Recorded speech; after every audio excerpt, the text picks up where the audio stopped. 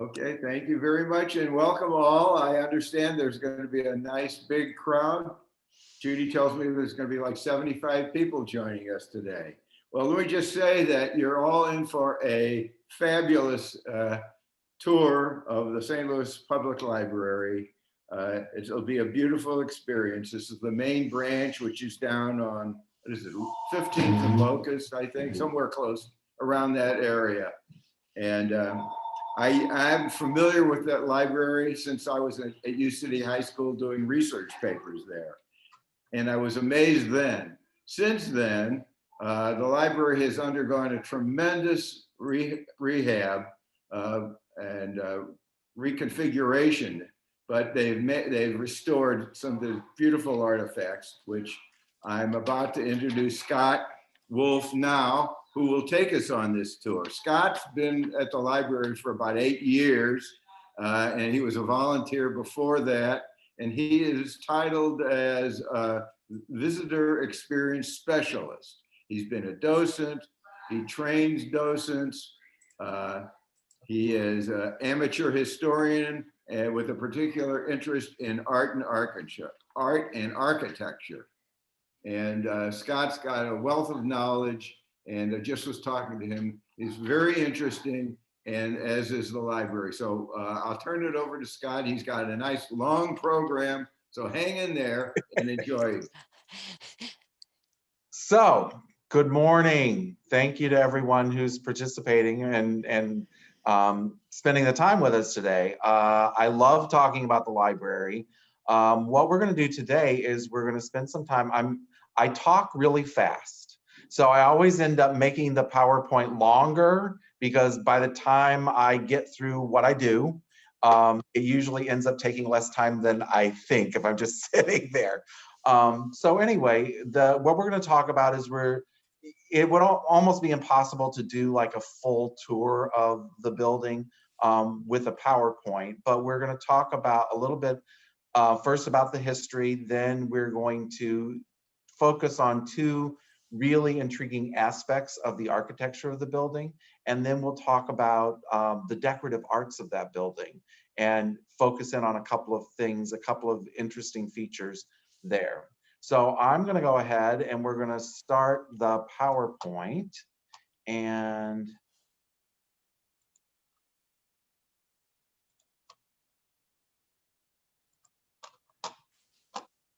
okay, can everybody see that? Not yet. Oh, there we go. Now we can. So, Okay.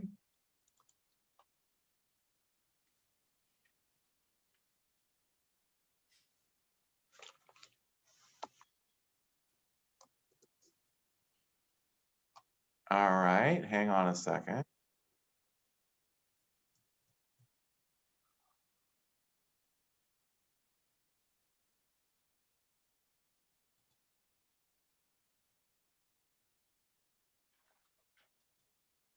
There we go. It wasn't reacting.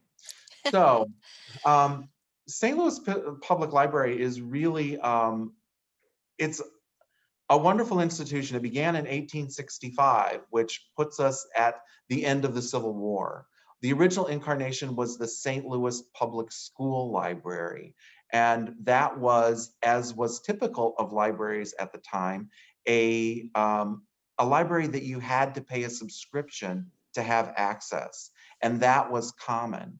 The other things that were common of libraries in the late 19th century is that libraries didn't allow children. Many libraries didn't allow women. And so St. Louis Public Library came to figure prominently in the development of what we think of modern libraries today. It's not lost on me and many other people that St. Louis Public Library began the same year as the American Library Association. And the American Library Association, several of our early leaders were also presidents of that organization. So they worked diligently with other libraries around the country to create a library that was, the term you would use today is more inclusive. So St. Louis Public Library, those early leaders had three tenets that were important to them. One being that They wanted it to be a free public library, free to everyone, and no one would ever be turned away. They wanted to not only allow children, but create a space specifically for children at this time when children weren't allowed in libraries. And lastly, they wanted to include fiction. So it's hard for us to think about that today, but novels were not part of library collections. Libraries were mostly supported and created by wealthy men, and so they were kind of men's clubs. They were thought to be serious places of learning, and they didn't want your kids, and they didn't want your silly stories. And so St. Louis Public Library was a driving force behind changing what libraries were to become. So I love this picture of Central Library. This is prior to the renovation. And I just like this picture because it's just kind of hopeful. It's like, it's just like the way that it appears with the sun, and it's just a lovely, lovely picture. And as you can see by the cars, it's from a few years ago. This library is a Carnegie library. Andrew Carnegie in 1901 sent a letter to the city of St. Louis offering to donate $1 million for the construction of a central library and several neighborhood branches. There were 6 branches that were constructed between 1906 and 1910. Of those, 4 still serve as library buildings today. Now, the money was divided in half. So $500,000 went for the construction of those branches, and $500,000 went for the construction of Central Library. But there were stipulations with the money. And for the central building, the stipulations were these. The city of St. Louis had to provide the land that the building was constructed on. There had to be a support mechanism for the library so that it could continue as an institution into perpetuity. There was a tax levy that was created and then passed that allowed for that in the late 1800s. So we were already covered on that count. And then lastly, the people of St. Louis had to raise at least matching funds for this building. And that is not insignificant. At the time that this offer came, it's 1901. They're already in the midst of creating the 1904 World's Fair and all that entailed. And so the thought of coming up with $500,000 was not necessarily a soft sell. But the people of St. Louis bested that challenge by raising more than $1 million. So the original cost of the building was $1.5 million. In today's funds, that is about $465 million, depending on what day you look. But it's obvious that a building like this could not be constructed today for anywhere near that amount of money. It would cost so much more, probably triple or 3 times that, or 4 times that amount of money.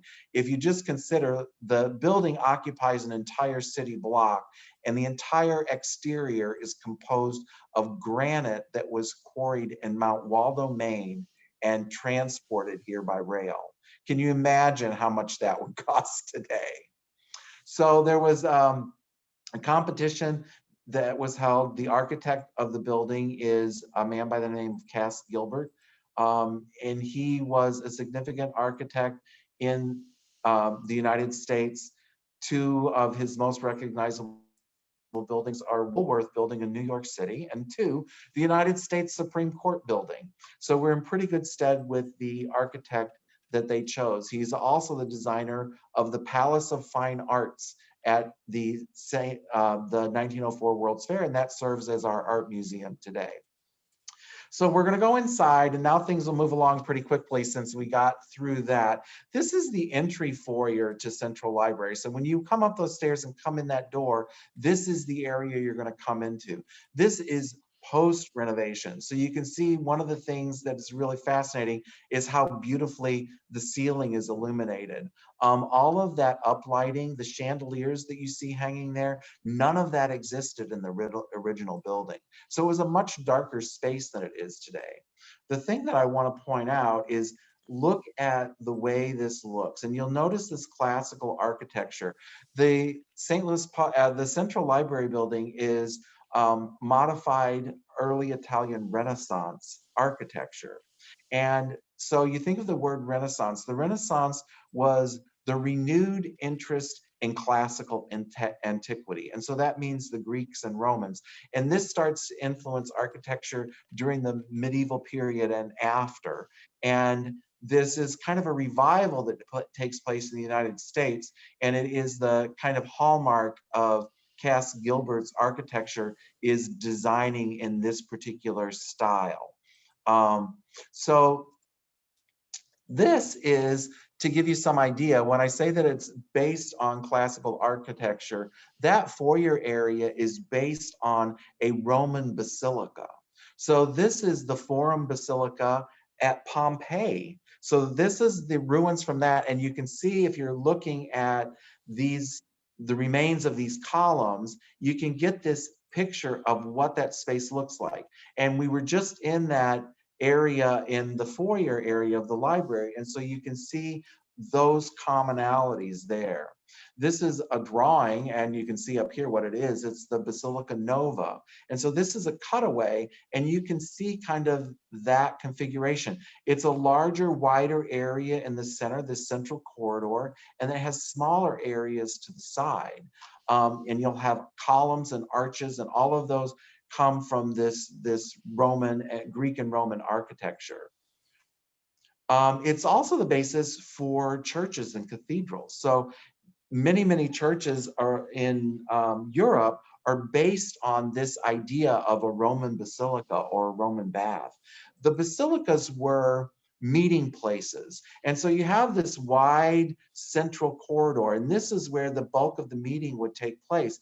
But you can imagine these other areas to the sides, it allows for people to move to the side and have this space that is more personal and smaller. And so other conversations in support of what's being talked about in this area is what that's kind of designed for. Later, they became marketplaces, and then places where worship took place. So it was an easy transition to take this style and this idea and transfer it into other spaces like churches. Once again, you can see returning to that area. This is kind of from the side of that foyer area. And you can see now that we've talked about how much it resembles that idea of a Roman basilica. And this is just, you know, a picture of the ceiling. There's beautiful decorative arts throughout Central Library, not the least of which are the ceilings. This is just one example. This is a painted ceiling, which is common. This building is considered a Beaux-Arts building. It's part of the Beaux-Arts buildings were part of the City Beautiful movement. And all you really need to know is think of the mall in Washington, D.C. So the idea was to have a central green area in the city, and then the city would radiate on a grid work out from that space, and you would surround that green space with beautiful public buildings. So this is something that takes hold in the United States, doesn't necessarily come to full fruition in every city in the United States. So as you're walking through this area, you're going to come to this central staircase. There's the grand staircase, which is actually two staircases, one on either side, one on the east and one on the west. And that is branches off from the central foyer.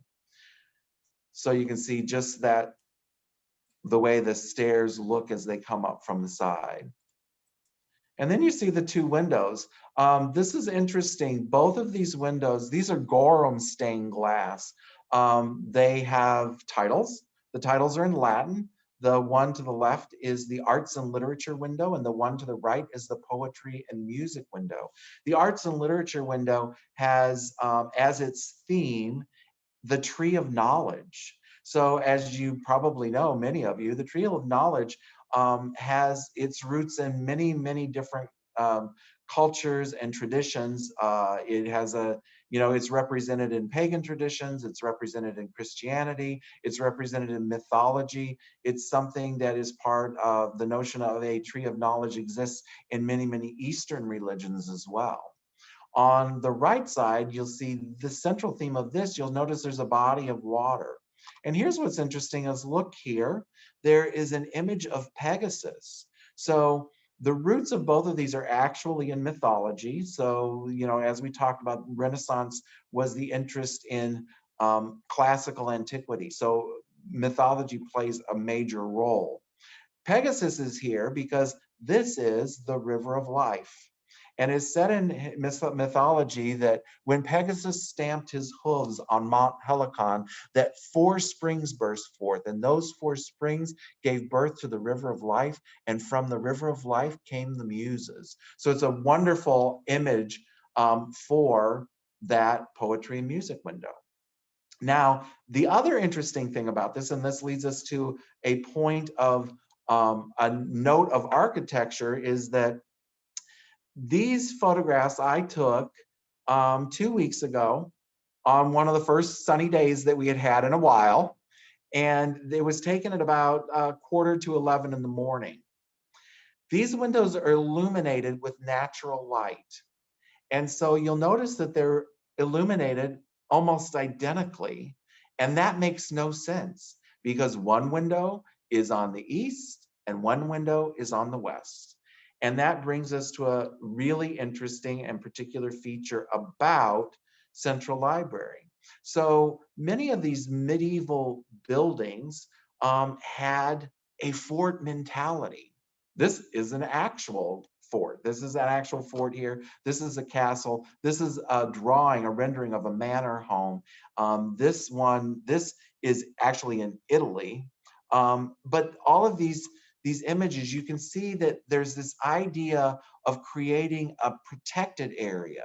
So the living spaces go around the edges, and then you have a protected area in the center, which was utilitarian. You needed that. You needed to be able to defend yourself.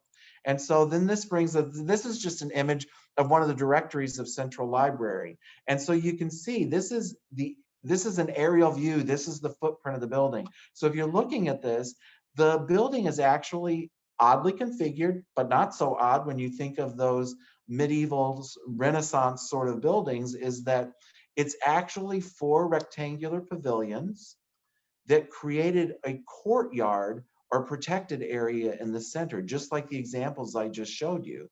The difference is that they built a 5th pavilion in the center of that courtyard. So originally, you could have ridden a bicycle around in this area, around the Great Hall. It was connected to the side pavilions on the 2nd floor by bridges.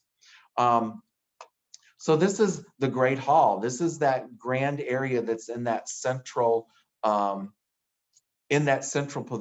It is the largest of the pavilions, not necessarily in length, but in total square footage. The ceilings in that space are just under 40 feet tall. And as you can see, there's all sorts of wonderful imagery contained not only in the ceiling, but in the area itself. This again is an image that is taken post-renovation of the building. One of the things that's interesting about this renovation is that there was much done to enhance the original architecture, and there was great reverence paid to the original vision of Cass Gilbert. So this is an aerial view that was taken while the renovation was going on. So you can see this configuration, and you can see the roof of that great hall in Central Library. But you'll notice this courtyard area. Now notice all the windows here and all the windows on the interior walls. So what's interesting about this is that Central Library was always an electrified building, but that posed a tremendous difficulty because it was, at the time, electricity in buildings was kind of the new kid on the block. And an electric light bulb at that time cost the equivalent of $32 today. So if you were designing a building, you didn't place a light bulb every 10 feet. You placed one every 40 feet. And that presents a particular problem to a building like a library. Number one, you take a building this large whose utility depends on light and a lot of it. So you have to come up with a strategy to get light to penetrate the interior of a building that large. So every time you create an exterior wall, you create an opportunity to put windows. And then what you do, we're looking down from the third floor into that courtyard area. This is the curved wall of the Great Hall. And these images were taken early in the morning. I wished I could have taken them a little later in the afternoon and you would get more dramatically the effect. But the brick is this light golden yellow color. So it's reflective in nature. It doesn't matter what direction the sunlight is coming from, it's always reflected back against the opposite wall. And that is how you're able to illuminate those two stained glass windows almost identically when one is on the east and one is on the west. So it was just a really elegant solution to a problem.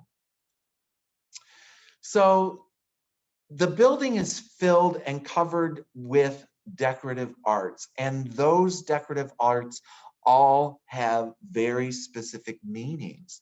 And that is important as well because the decorative arts of this building are designed to be read like a book. And so the more you learn about what those images mean, the more you understand the library itself. So the first one we're going to talk about is the Green Man. There's actually a couple of incidences of the Green Man in Central Library.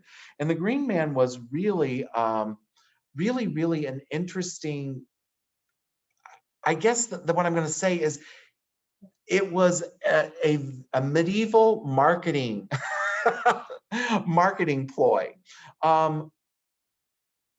Early Christianity and early churches had this task because the vast majority of the populations that they were serving and that they were wanting to get to join their congregations had pagan belief systems. And so the Green Man is born of this idea, this joining of man and nature. And you can see in all of these depictions, you have leaf forms integrated into humanoid faces and figures. And these are all images taken from medieval and Renaissance buildings throughout Europe. And so you can see what that Green Man looks like in those circumstances. You can see each and every one of these has these leaf forms. Many times they would have flowers. A lot of times they'll be coming out of their nose or their mouth. So it has to do with of the joining of those two things. And so it is kind of an embodiment of those pagan beliefs.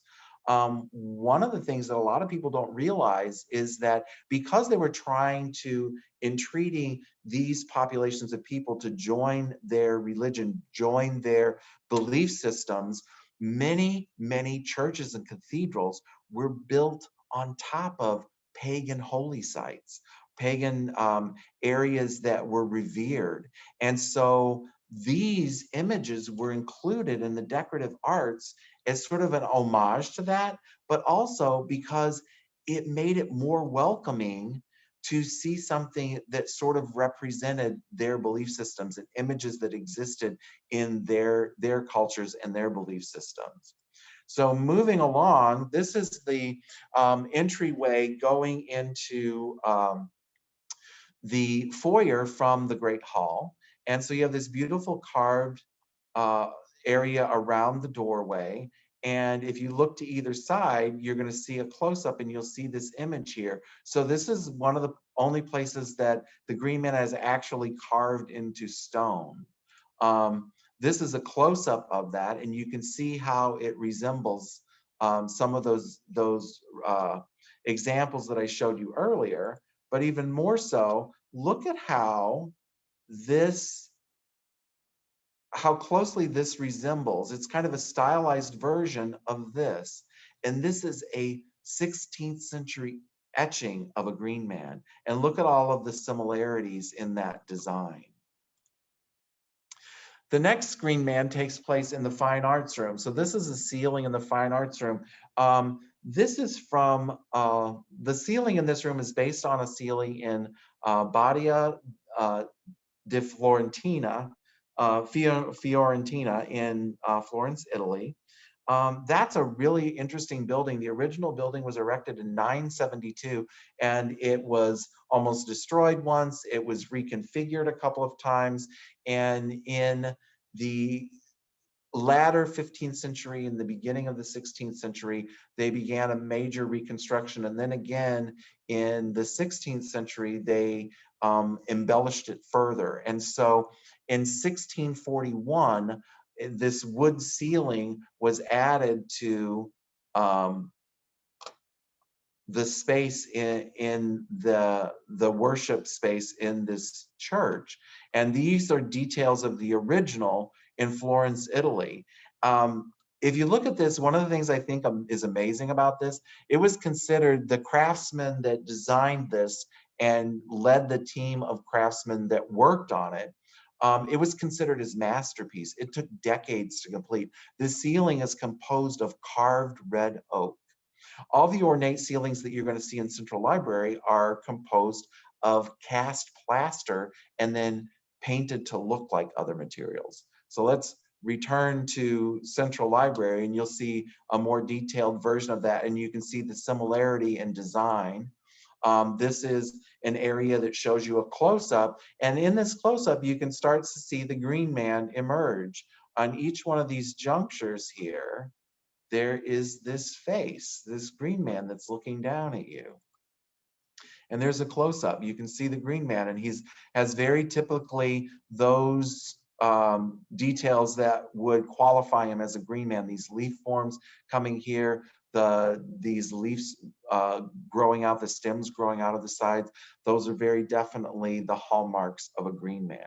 So that's Green Man number 2. So the next one is a Green Man, but I'm going to make a case that it may not be a Green Man.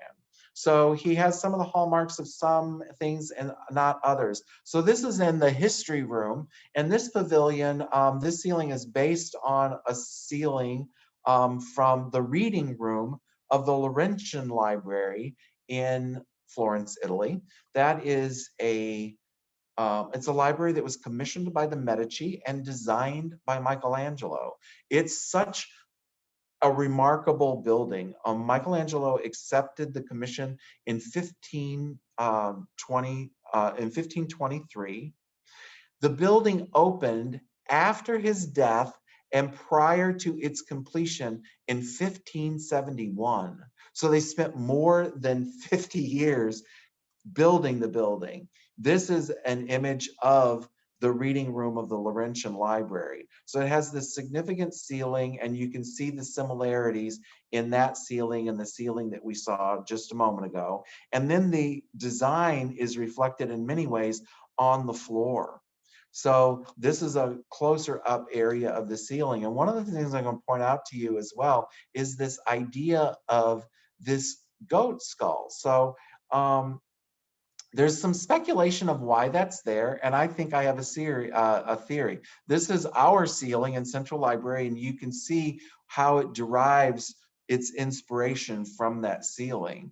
And you can see this goat skull here as well. This is a close-up of that. This is called Bucranian. And so Bucranian has its roots in the ancient world, in pagan religions, and then Christianity and other religions, as many other religions as well. And what it represents is the idea of animal sacrifice. And you're going to see that reiterated many times throughout Central Library. But the thought is of why he would include this in his design of the ceiling of the Laurentian Library.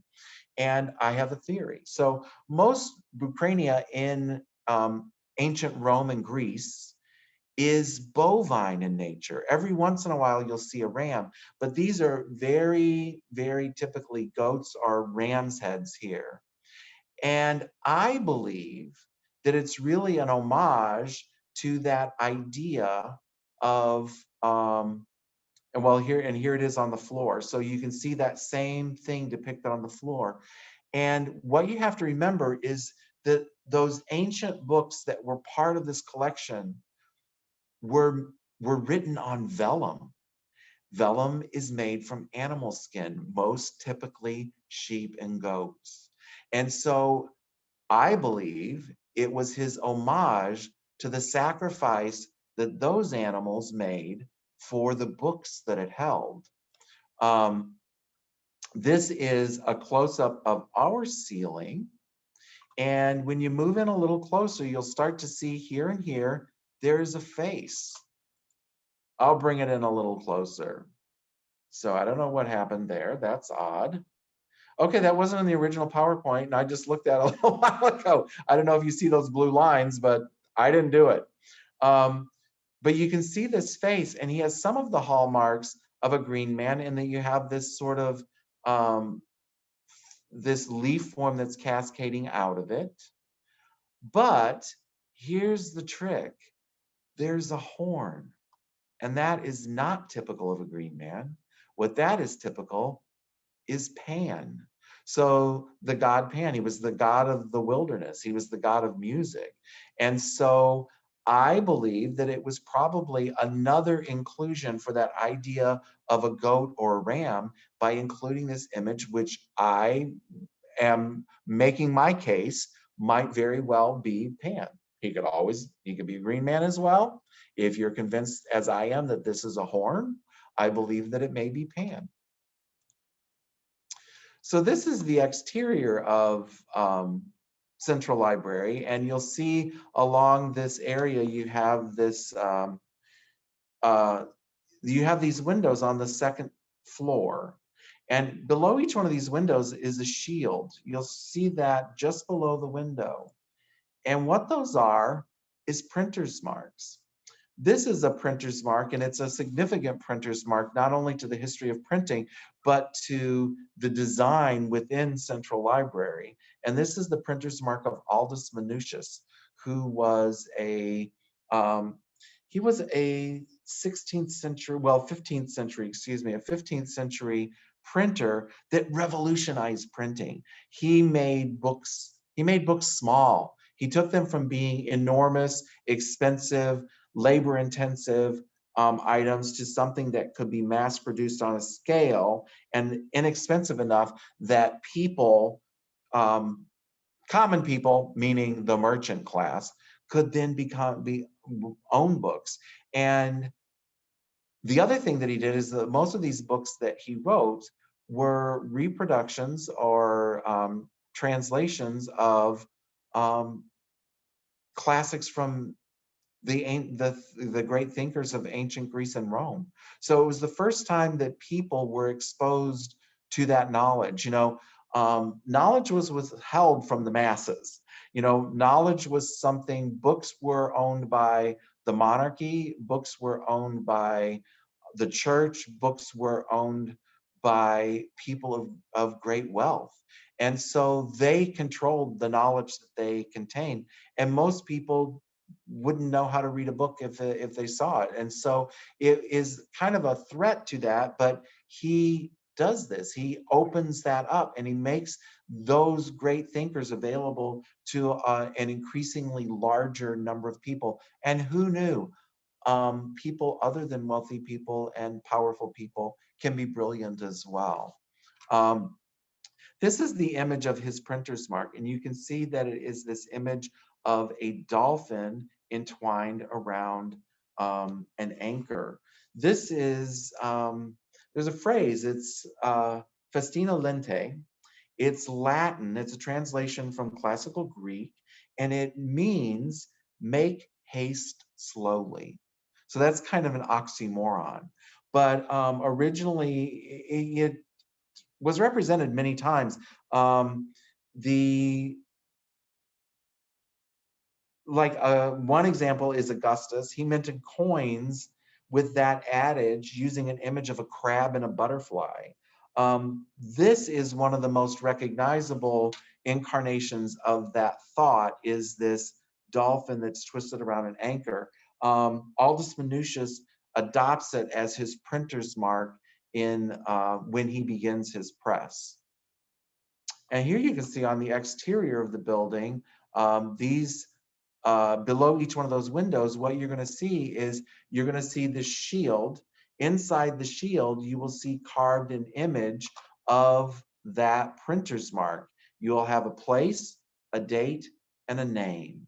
So each one of these represents a famous press. So if you begin on the northeast corner of the building and walk around in a clockwise fashion across the building, you will see the history of print depicted in these printers' marks. These are other examples of actual printers' marks in books. And you can see there's many different ones here. And they're really quite beautiful. It's a branding of sort, but it gives you information about the printer as well. And you're going to see those reiterated over and over again under each one of these windows. You can see a close-up of this one, and then you will see that even closer in. And Simon Vostère, this is a wonderful famous press in Paris, and you can see that's from 1844.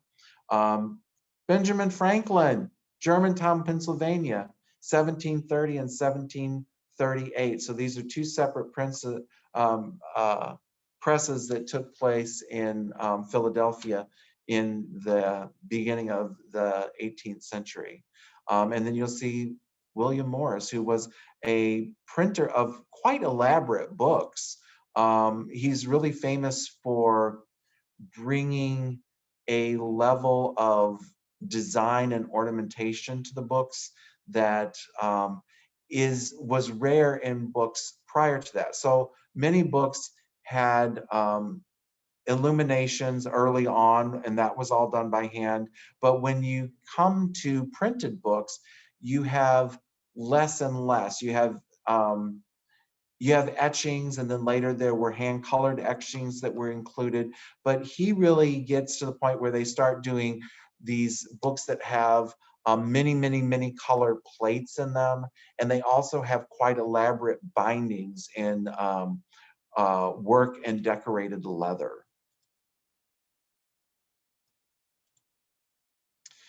So this is just a picture. This is kind of where we're getting to the end, and we're looking at the building from after post renovation. So we started with an image from the same across the street from the same park prior to the renovation. And this is after the renovation. This is just at dusk, and so you can see the lights. It's really kind of beautiful. One of the things that's most striking about the library since the renovation is simply that it's so much brighter than the original building was. And so there's beautiful lighting that helps to illuminate the building in the evening. And by doing that, it also highlights the beautiful architecture of the building. This is an image of Canon Design. It's a rendering, a cutaway of Central Library. It was something that was used in a presentation. And you can see just how creative it is. One of the things that is so remarkable about this renovation is that it was so respectful of the original architect's intent. And by that, what I mean is that all of the areas that had this classical design, this Renaissance architectural flourish, were preserved and enhanced unscathed. And the only areas in which you are going to see contemporary modern library spaces are spaces that either already had a contemporary design or spaces that didn't have an architectural identity. So many of the spaces are now on the first floor and on the third floor are spaces that were once workrooms and offices and meeting rooms, but they really didn't have any identity. They were just doors and walls and windows. And they removed many of those walls and created large open spaces for the public to use. On the third floor, they house all of the historical and research collections. So you'll find our genealogy department, you'll find the St. Louis room, the rare books and manuscripts department are all on the third floor. And I point all of this out just because it was so artfully done in the preservation of an old building and its architecture, but they also were able to add 83% more public space without doing an addition to the building. They did so by utilizing space that was already available in the original building. So we are to the end of that. See, this is what happens. I always end up talking a little faster. And so we got through a lot of slides, but here I am with getting right under the wire with the time frame. So does anybody have any questions?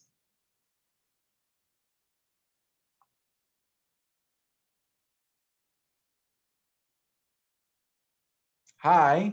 Hello. Well, I always have questions. Oh, good. You're my kind. So, beautiful artwork, beautiful art decorations.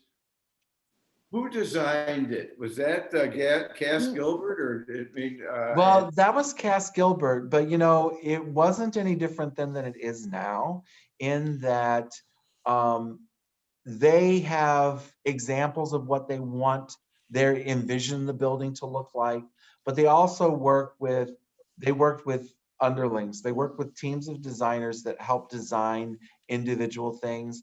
But there was input from the people of St. Louis, so they had some say in what sorts of images that they were going to include. So for example, and it's not something that we talked about because, like I said, there's so much to talk about in this building. We could talk for hours, but on the exterior of the building and on a couple of places on the interior, you're going to find the names of authors carved into or painted on ceilings or into walls. And all of those names were chosen by the people of St. Louis. They decided by committee whose names were going to appear carved on the building. They decided what quotes were going to be used. They decided, it was a back and forth. So much when you're talking about a building, it's what we do as docents. The word docent actually means teacher. And so much of what we do is conjecture. You have these grand buildings and you have these architects, but many times, like, we're talking about these decorative arts, many times they didn't write it down. They didn't say, we decided to use these names and here's why. They just made the decision. One of our docents spent an entire summer in the archives researching, going and looking at the minutes from each and every one of the committee meetings that had anything to do with the design of this building. And there just isn't any information. They just didn't write it down. And so what you do is kind of what I did when talking about the green man in the history room. So that ceiling that is based on the reading room of the Laurentian Library, nobody knows exactly why he chose those images. So what you have to do is you have to look at it from that historical perspective, and then look at all the totality of the design and get clues from that, and then just form a hypothesis. Just be like, well, this is my theory, and this is why I think so. I may be wrong. Sherry Cherry has a question in the chat. She says, can you talk about usage of the library in the past and the present, and patronage groups that used it? And Okay, so St. Louis Public Library has always been a public library open to everyone. It was originally called the St. Louis Public School Library and remained so until 1898, when it became the St. Louis Public Library. So the original leader of St. Louis Public Library was the superintendent of schools. in St. Louis. And so there was always this really heavy focus on inclusion and children. And so when we became a public library, the original incarnation was subscription based, as other libraries were. Um, it cost, you could pay $2 a year or $12 for a lifetime membership. However, if you think about how much in today's money, that's hundreds of dollars, which meant that it was still at that point kind of exclusive. So with the passage of the legislation that created a tax base for the library, it was then able to be free and free to everyone. And so some people are always astounded. If you are on the first floor of the library, there are many historical images of the children's library and other areas of the library. And every ethnicity under the sun is represented. And you'll look at pictures of the library, and it's every color of the rainbow. And you, just by the manner of dress, you can see that they're from many different cultures. And these images were taken in the early 1900s. They're taken in 1912 and 1908. And, so it's really kind of wonderful that as an institution, St. Louis Public Library never turned anyone away, even when the world around them had a different attitude about particular groups. Now, to speak to the patronage of the library, if you look at a map of the library system, and you can do so by going to our website, and you just there's a banner across the top, and one of the buttons is locations. And so you can look at those locations, and you can look at a map of that. And one of the things that will stand out to you is that the branches are fairly close together. Central Library here, there is another branch that is only about 5 blocks away that is not open to the public. It's been used as a storage facility for many years. For a couple of decades, it was used as the film library, but now it's just a storage facility. But I talked about the early history of the library, and one of the things that people don't realize is that at the time that Central Library was being constructed, St. Louis was the 3rd largest city in the United States. It was an immigrant destination. We rivaled Eastern cities. Like I said, we were the 3rd largest. The only 2 cities that were larger were New York and Philadelphia. And we had more in common with other Eastern cities than we did with other Midwestern cities. And the reason is this: we were an immigrant destination. The 2 primary ports of entry at that time were the Port of New York and New Orleans. And if you came to New Orleans, you got on a riverboat, and the city you got off in was St. Louis. And so there was incredible diversity here, and always was from the very beginning. So we've always included those groups of people, and so much of what is included in library collections and usage is tailored around that.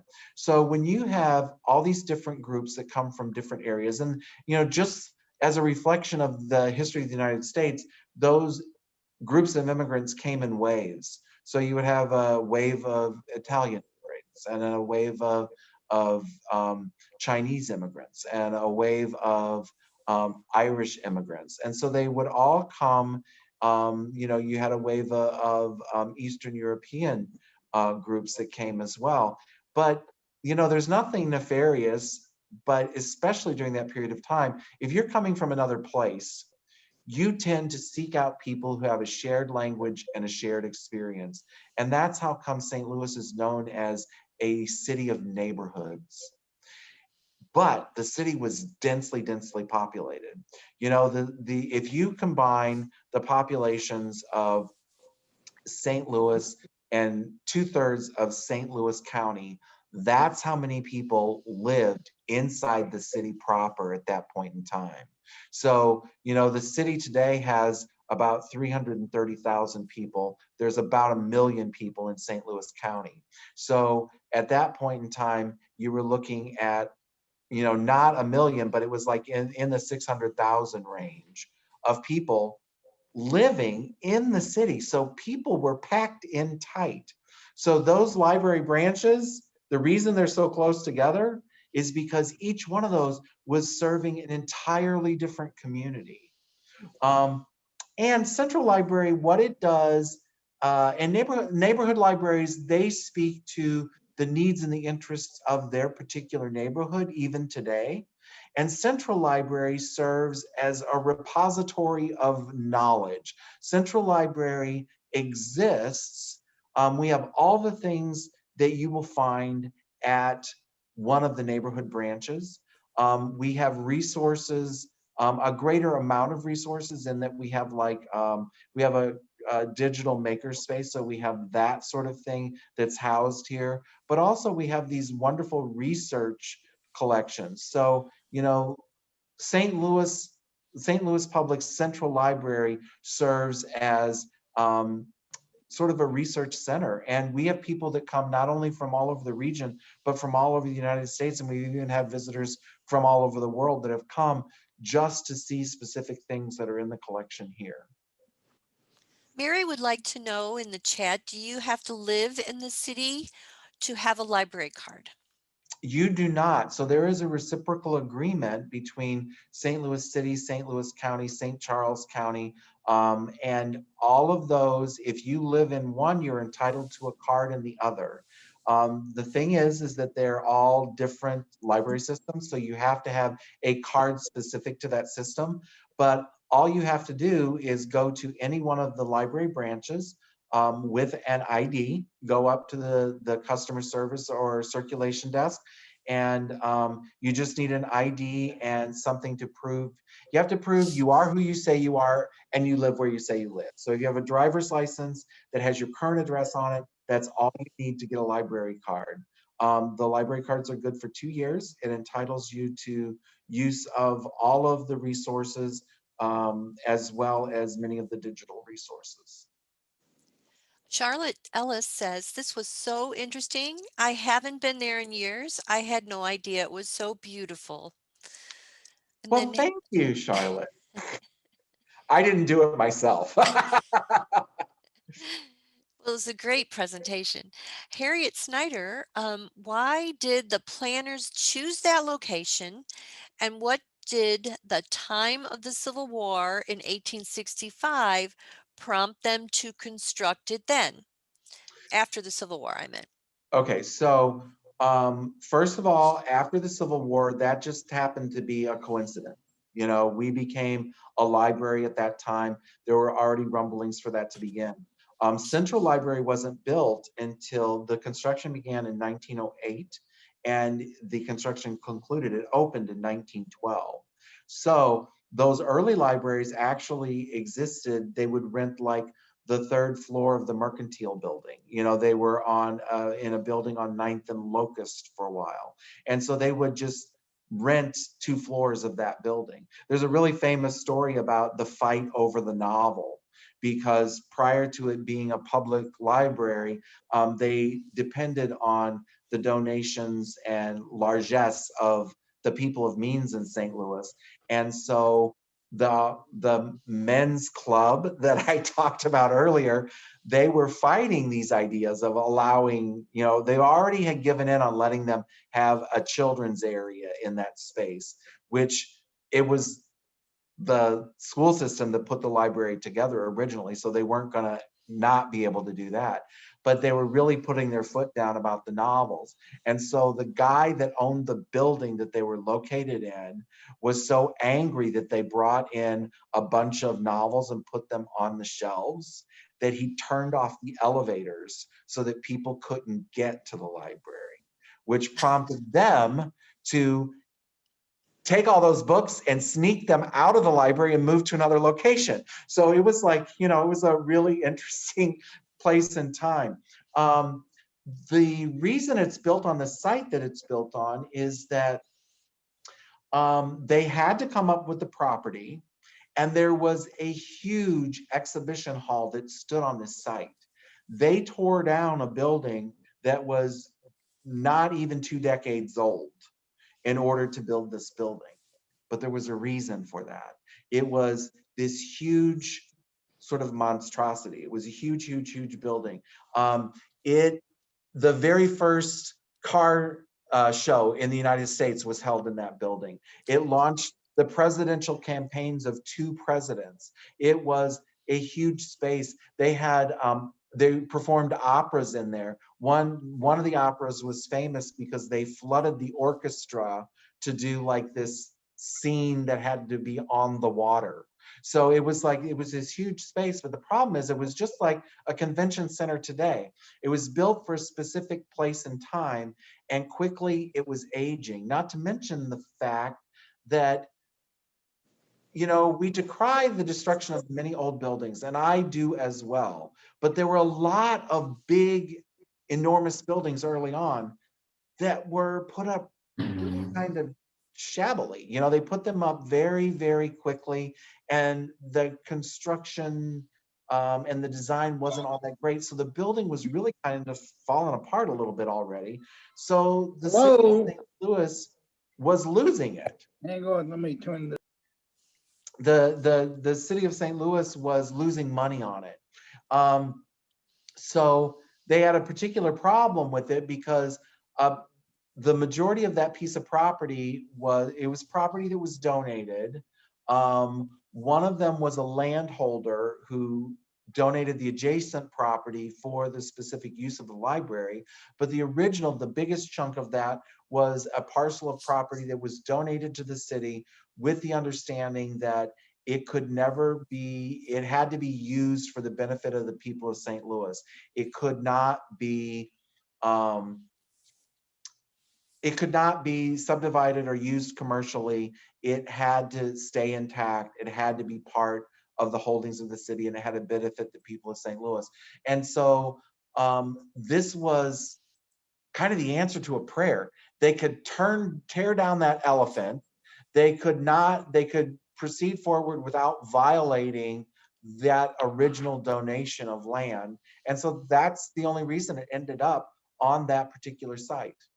I think I answered all of the question. Is there something I left out? I think that was it. Okay. Shelley asked, are there any tours offered and who paid for the renovation? So the renovation, it's really interesting. You remember when I talked about that original endowment from Andrew Carnegie and the fact that the people of St. Louis raised all that money. So I think one of the things that makes it really beautiful about the renovation is it was a $70 million renovation, which is a lot of money, but they got a lot of bang for their buck. It was a project that concluded ahead of schedule and under budget. Think about that for a moment. They were able to do the renovation utilizing like 99% Missouri-based contractors, so all of the money stayed here. But the money was raised this way. They raised over $20 million was directly donated to a capital fund from the people and businesses in St. Louis. And the remainder was raised by issuing bonds.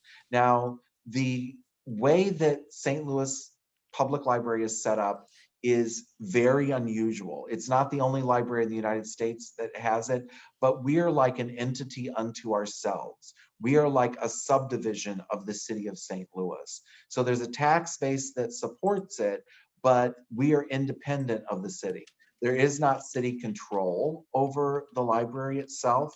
And so they're able to issue bonds as if they were a municipality. And so that's one of the ways, and that's terribly simplified, but that's how they were able to do it. And one of the things that made it possible was the economic crash in 2008, because it made the borrowing of money so inexpensive. So, they're paying hardly any interest on it. They're able to pay it back over a long period of time. And so that is how they were able to pull it off. But I have to reiterate over and over again that it's because the people of St. Louis hold this library system in such reverence and such high esteem that they're willing to do that. We're kind of like the zoo a little bit. It doesn't matter what the zoo wants or needs. You put it on a ballot, and the people of St. Louis are going to say yes. And that's what they do with the library. It's not that there are never any detractors, but um, St. Louis, believe it or not, a lot of people don't know this little fact. There's a study that's done, and it's not done by the same people every time. It's not done by the same organization, and it's not done on a regular basis. Sometimes it's 5 years, sometimes it's 10 years, but they do an evaluation of the most literate cities in the United States.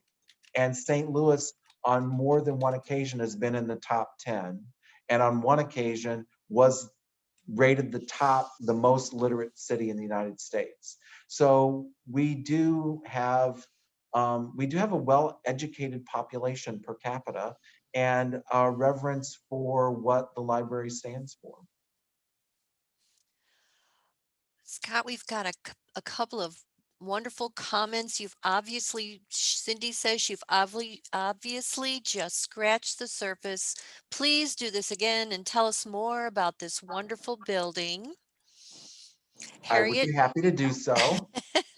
Harriet says, thank you so much for this excellent and informative presentation of our local treasure. It gives me a new appreciation. Great presentation from Marcia. Um, Nancy says the city library has many interesting presentations. They have a mailing list. I think, Yes. okay. Yes. So when you get your library card and you set up the preferences in your account online, you can choose to receive those sorts of things. But anytime you sign up for one of our programs through the library, if you sign up for any one of the programs, and a lot of them are virtual now, once you've done that, you get on a marketing e-blast list, and they let you know what's happening. You will get a newsletter. If you become a friend of the library, which is the Library Foundation, which I neglected to mention, that's the way people outside the area can get a library card as well. You can become a friend of the library, and that's part of your membership. I think there's a $50 minimum or something. But I have people all the time that call, and they'll be calling the main number. They're like, I live in Oklahoma City, but I have a card through the Friends of the Library, and I need to renew that. So we have people that become part of the library from all over. And so there's questions about, are there any library branches open at this time? And how can we obtain a library card? Do you have to go in person or? So you do have to go in person. The only reason is because they actually have to see the documents. They have to see your ID. Right now, we were shut down early on in the pandemic, and then we reopened. And when we reopened originally, we did like curbside service, and then we kind of reconfigured, and then we opened to the public on a limited basis, so people could come in and they could browse for half an hour. They limited the number of people in the building. They limited our research areas on the third floor. You could schedule a 1 hour meeting, a 1 hour appointment, and you would have that entire room to yourself for that hour. So they did everything they could to keep people safe. But when things went crazy cuckoo again in the city and the county, they decided right after Thanksgiving to go back to curbside service. So currently, most of the library branches are offering curbside service, and that is how you can get your library card. You can drive by. There are going to be spaces outside the buildings. Once again, you can go to the website and you can get a map and see what location's closest to you. There are going to be numbered spaces, and when you get there, there'll be a sign, and you can call a number or send a text. And in that text, you'll just tell them what you're there for. They will send someone out with a mask and gloves on. They'll take your documents. They'll go inside, and they'll come back with your card. So then you'll have a card. There are, if you go to the website, you can look up, there are a bunch of different cards. They have different images on them, so you can choose which one is most to your liking as well. So you don't have to do that. If you drive up to get your card and they take your documents, they'll just come back with whatever. But if you look at those images and you think, oh my gosh, I like the one with the graffiti, then you just tell them that, and they'll make sure that you get one of those as well. Um, I think there's a lot more excellent presentations, and I've want to let everyone know, and I put this in the chat. This has been recorded, and this will be available on our Muirwitz Center website. For anyone that missed the beginning or wants to review it again, you're welcome to visit our website. I can actually send that to you, the link in an email if you like. So there's that. There's one question I think that we might have missed, and it's from Charlotte, and she asks, are there images, pictures of the original building on this site? So there are some images of the original library. There are one of the things I was like, oh my gosh, I could spend like an hour on this. One of the things you can do at the website, and you don't have to have a card to do this, is you go to the website, and when you're at the website is slpl.org. So it's just our initials, St. Louis Public Library, slpl.org. And when you go there, there's going to be a banner across the top. And well, there's a number of ways you can get there. I'm going to tell you the simplest one. Scroll all the way to the bottom of the page. And one of the headings, you'll look down and you will see digital collections. And you click on that, and it's going to take you to a launch page. And you are going to have, from that page, you can do, and it has, that page is all about the third floor. It's all about history. It's all about rare books and manuscripts. It's all about those things. But there are many, many digital collections that you can access. There is 6,500 images from the 1904 World's Fair that you can sit at home and view. There are street images from the streets department in St. Louis. But um, there are also some images of historical images of the library. So there are some, what do they call them? Digital exhibits that you can go and you can visit there that will have some of those images. Yeah, so there's a lot of ways that you can get to those. What I'm going to recommend to you is that the main number for the library that is on the website. It's the number for Central Library, and that number is 314-241-2288. And you call that number, and that's one of the departments I've worked in. It's information services. And so we have an actual switchboard where someone picks up your phone and they answer whatever question you have or send you to the person that can answer your question. And yeah, it's pretty cool. You know, they will walk you through it. If you say, I want to find this, how do I find it? And you're sitting there on your computer, they will tell you exactly where to go, exactly what to click on, and explain how to use that. So, you know, that's what we're here for. Great, that's great. So I think that might be, um, oh, Marlene, do you have a question? And now my phone rings. It didn't ring all the time. This is just a quick question regarding before COVID, regarding field trips for elementary school children and tours. Do a lot of teachers bring their students for field trips? Yes, they do. Usually what we do is the tours of the library for children, we send them to our youth services department. So there's a children's library and a teen space on the first floor, and they will tailor the tour to the age group. And so they'll come up with activities and a tour that is relevant to, you know, their learning level. The regular tours of the library were Mondays and Saturdays. On Mondays and Saturdays, 11, 12, and 1 o'clock. And so that, I'm sure it's going to be a while before we're back to doing tours. But the other thing that we did that was really fun is the evening tour. That was the third Thursday evening of the month.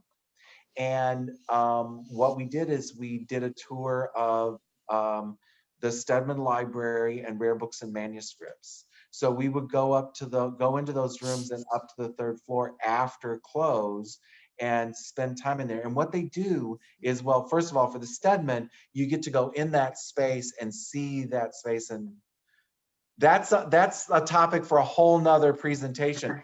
The Stedman Library is a beautiful space. It's designed to look like a 16th century English gentleman's study. So it's an addition to the original library. But we go into that space, but what they do is they take a number of items from that collection and they put it out on a table.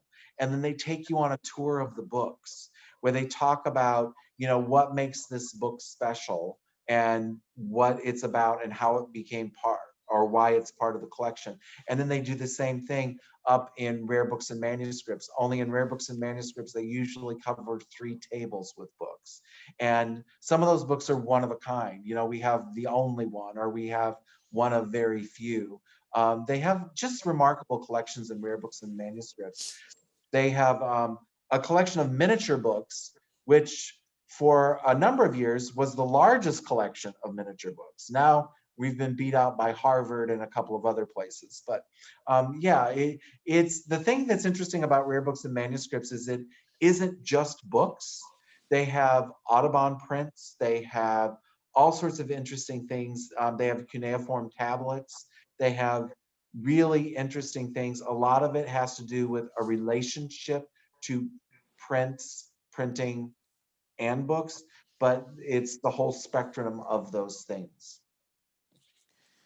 Wow, this is just such a wealth of information. And, it's like, can you do a tour of this? And could you do a tour of that, like on a Well, and Zoom? I So think it, I it talked would with be, John when we first talked about this. I talked with John about the fact that each one of those spaces that I've described throughout this are fully able to and would love to create a presentation just like this, or Rare Books and Manuscripts, or even our genealogy department. The okay. sorts of things that any one of them will be willing to do that. So I know you would get sick of being to the library all the time, but just in mind for the future.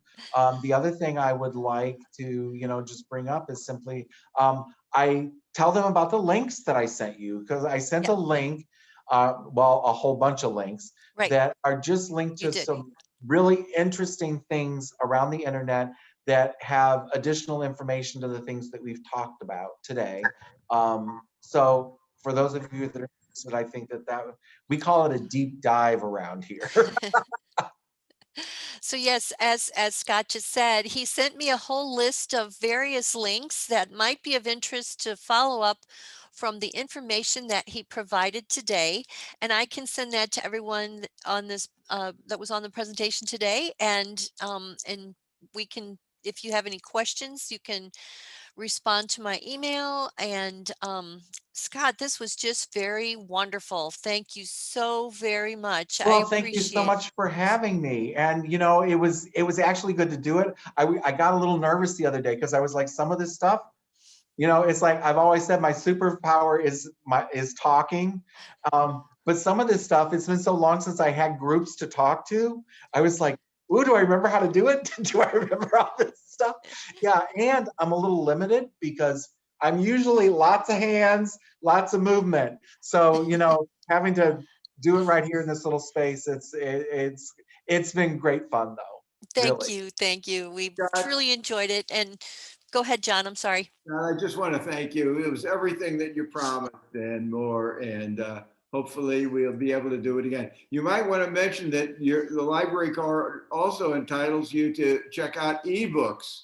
It does. Ebooks and all sorts of wonderful things come along with your library card. They even have these take a home kits from curbside. So they're kits that different departments have put together. I mean, science and technology has a sourdough kit that tells you all about it and how to do it, and it has the stuff to get started. So they have all sorts of fun stuff. Well, thank you so much. And Thank you so much. we'll say goodbye for now. And hopefully we'll have you back again sometime. We would really Okay, I appreciate appreciate it. that. I'd like to do that. Thank you. Thanks a lot. Okay. Bye, Okay. everyone. Bye-bye.